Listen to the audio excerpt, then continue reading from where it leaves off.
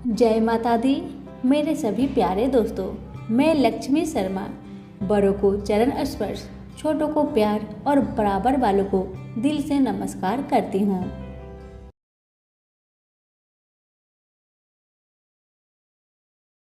ओम गणेशाय नमः। आज मैं आप सभी को बैसाखी संकष्टी चतुर्थी की व्रत कथा सुनाने जा रही हूँ। कथा को पूरा सुनिए। अगर अच्छी लगे तो दूसरों को शेयर करना ना भूले। प्रेम से बोलिए गणेश महाराज की जय हो। एक बार माता पार्वती जी ने गणेश जी से पूछा कि बैसाख माह के कृष्ण पक्ष की जो संकटा नामक चतुर्थी कही गई है, उस दिन कौन से गणेश का किस विधि से पूजन करना चाहिए एवं उस दिन भोजन में क्या ग्रहण करना चाहिए। तब गणेश जी ने उत्तर में कहा कि हे जगत के माता, बैसाख कृष्ण चतुर्थी के दिन व्रत करना चाहिए। उस दिन व्रततुंड नामक गणेश जी की पूजा कर भोजन में कमल गट्टे का हलवा आहार में लेना चाहिए। हे जग जननी, द्वापर युग में राजा युधिष्ठिर ने इस प्रश्न को पूछा था। तब उत्तर में भगवान कृष्ण ने कहा, मैं उसी व्रत का वर्णन करता हूँ, आप श्रद्धा पूर्वक सुने। श्री कृष्ण बोले, हे राजा युधिष्ठिर, इस कल्याण दात्री चतुर्थी का व्रत जिसने किया और उसे जो फल प्राप्त हुआ, मैं उसे कह रहा हूँ। प्राचीन काल में रंतिदेव नामक प्रतापी राजा हुए, जो कि शत्रुओं के विनाशक थे। उनकी मित्रता यम कुबेर इंद्रादिक देवों से थी। उन्हीं के राज्य में धर्मकेतु नामक एक ब्राह्मण रहता था। उसकी 2 स्त्रियां थी, एक का नाम सुशीला और दूसरा का नाम चंचला था। सुशीला नित्य ही कोई न कोई व्रत किया करती थी, फलतः उसका शरीर बहुत दुर्बल हो गया था। और इसके विपरीत चंचला कभी भी कोई व्रत उपवास नहीं करती थी, अपितु भरपेट भोजन करती थी। इधर सुशीला को सुंदर लक्षणों वाली एक कन्या हुई और उधर चंचला को पुत्र रत्न की प्राप्ति हुई। यह देखकर चंचला बारंबार सुशीला को ताना देने लगी, अरे ए सुशीला, तूने इतना व्रत उपवास करके शरीर को जर्जर बना डाला, फिर भी एक कन्या को जन्म दिया। और मुझे देख, मैं कभी व्रत के चक्कर में ना पड़कर हष्ट पुष्ट हूँ और वैसे ही बालक को जन्म दिया है। अपनी सौत का व्यंग सुशीला के हृदय में चुभने लगा। वह विधिवत गणेश जी का उपासना करने लगी। जब सुशीला ने भक्ति भाव से संकटनाशक गणेश चतुर्थी का व्रत किया तो रात्रि में गणेश जी ने उसे दर्शन दिए। गणेश जी ने कहा कि हे सुशीले, तेरा साधना से हम अत्यधिक संतुष्ट हैं। मैं तुम्हें वरदान दे रहा हूँ कि तेरी कन्या के मुख से निरंतर मोती और मूंगा प्रवाहित होती रहेगी। हे कल्याणी, इससे तुझे सदा प्रसन्नता रहेगी। हे सुशीले, तुझे वेद शास्त्र वेता एक पुत्र भी उत्पन्न होगा। इस प्रकार का वरदान देकर गणेश जी अंतर्ध्यान हो गए। वरदान की प्राप्ति के बाद से ही उस कन्या के मुख से सदैव मोती और मूंगा झरने लगे। कुछ दिनों के बाद सुशीला को एक सुंदर पुत्र उत्पन्न हुआ। कालांतर में उनके पति धर्मकेतु का स्वर्गवास हो गया। उसकी मृत्यु के बाद चंचला घर का सारा धन लेकर दूसरे घर में जाकर रहने लगी, परंतु सुशीला पति गृह में रहकर ही पुत्र और पुत्री का पालन पोषण करने लगी। चंचला हाथ जोड़कर कहने लगी, हे बहन सुशीले, मैं बहुत ही पापीन और दुष्टा हूँ, आप मेरे अपराधों को क्षमा कीजिए। इसके बाद चंचला ने भी उस कष्ट निवारक पुण्यदायक संकट नाशक गणेश जी के व्रत को करने लगी। गणेश जी कहते हैं कि हे देवी, पूर्व काल का पूरा वृत्तांत आपको सुना दिया। इस लोक में इससे श्रेष्ठ विघ्न हरण कोई व्रत नहीं है। श्री कृष्ण जी कहते हैं कि हे धर्मराज, आप भी विधि पूर्वक गणेश जी का व्रत कीजिए। इस व्रत को करने से आपके शत्रुओं का नाश होगा तथा अष्ट सिद्धियां और 9 निधियां आपके सामने करवध होकर खड़ी रहेगी। और थोड़े समय में ही आप अपने राज्य को भी प्राप्त कर लेंगे। प्रेम से बोलिए गणेश जी महाराज की जय हो। एक बार भवानी उमा तथा उसका पुत्र श्री गणेश के साथ साथ बैठे बातें कर रहे थे। तभी माता उमा ने पूछा, हे वत्स गणेश, बैसाखी चौथ का क्या विधि विधान है? सो कहो, इस चौथ को संकट नाशक चौथ क्यों कहते हैं? तब भगवान श्री गणेश महाराज ने अपने श्री मुख से कहा कि जगजननी माता, बैसाख कृष्ण चतुर्थी होने वाले चौथ सर्व प्रकार के संकट हरने वाली है, इसलिए इस चौथ को संकट नाशक चौथ कहते हैं। इसी दिन भगवान गणेश जी की पूजा की जाती है। कथा। किसी गांव में एक विधवा माता और उसका एक पुत्र रहता था। वह गायों को चराकर अपना पालन पोषण करता था। उसकी माता 12 मासी चौथ माता का व्रत करती थी। वह हर महीने की विनायक चौथ को चूरमे के 5 लड्डू बनाती।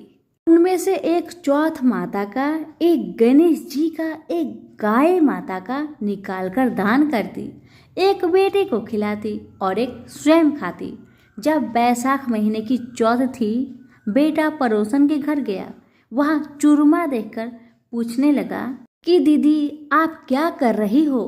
तब वह बोली, आज बैसाखी चौथ है इसलिए मैंने चूरमा बनाया है। मगर तेरी माँ तो हर चौथ को ही बहुत सारे लड्डू बनाती है, पर तुझे केवल एक ही लड्डू खाने को देती है।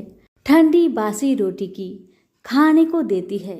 लड़का पड़ोसन की बातों के बहकावे में आ गया और अपनी माता से बोला, माँ तू चूरमा खाती है और मुझे सिर्फ एक लड्डू देती है, इसलिए तू अब चौथ माता का व्रत करना छोड़ दे। माँ ने कहा, बेटा ये तो चौथ माता का व्रत है, तेरे ही सुख शांति के लिए करती हूँ मैं यह व्रत नहीं छोड़ सकती हूँ।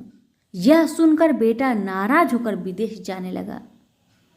माँ बोली, बेटा यदि तू मेरे से नाराज होकर विदेश जाना चाहता है तो ये माताजी की आंखें अपने साथ ले जा। यदि तेरे पर कोई संकट आए तो चौथ माता और विनायक जी का नाम लेकर इन्हें डाल देना, तेरा संकट दूर हो जाएगा। लड़का आंखों को लेकर विदेश चला गया। रास्ते में उसे एक खून से भरी हुई नदी मिली जिसे पार करना संभव नहीं था, लेकिन उस संकट की घड़ी में उसे अपने माँ की बात याद आई और उसने एक आंख चौथ माता का नाम लेकर उस नदी में डाल दिया और कहा, हे चौथ माता, यदि आप सच्ची है और मेरी माँ मेरे लिए ही आपका व्रत सदा करती है तो यह नदी दूध और पानी से भर जाए और मुझे रास्ता मिल जाए। उसके ऐसे कहते रास्ता मिल गया। आगे चलने पर भयंकर जंगल से भी उसे इसी प्रकार आके पूर कर गुजरना पड़ा। आगे चलकर एक नगर में पहुंचा। उस नगर के राजा के यहाँ रोज एक मिट्टी के बर्तन का आवा पकता था।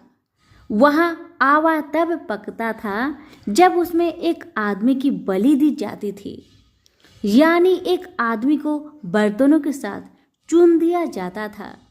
उस लड़के ने वहाँ जाकर देखा, एक बुढ़िया माई आटा पीसते जा रही थी और रोती जा रही थी। उस लड़के ने इसका कारण पूछा तो बुढ़िया माई बोली कि बेटा, आज मेरे एक लौते बेटे का इस आवा में जाने का नंबर है।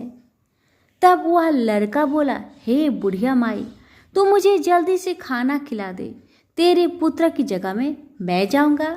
बुढ़िया माई के मना करने पर भी वह नहीं माना और राजा का बुलावा आने पर अपना सामान बुढ़िया माई के घर छोड़कर वह चला गया।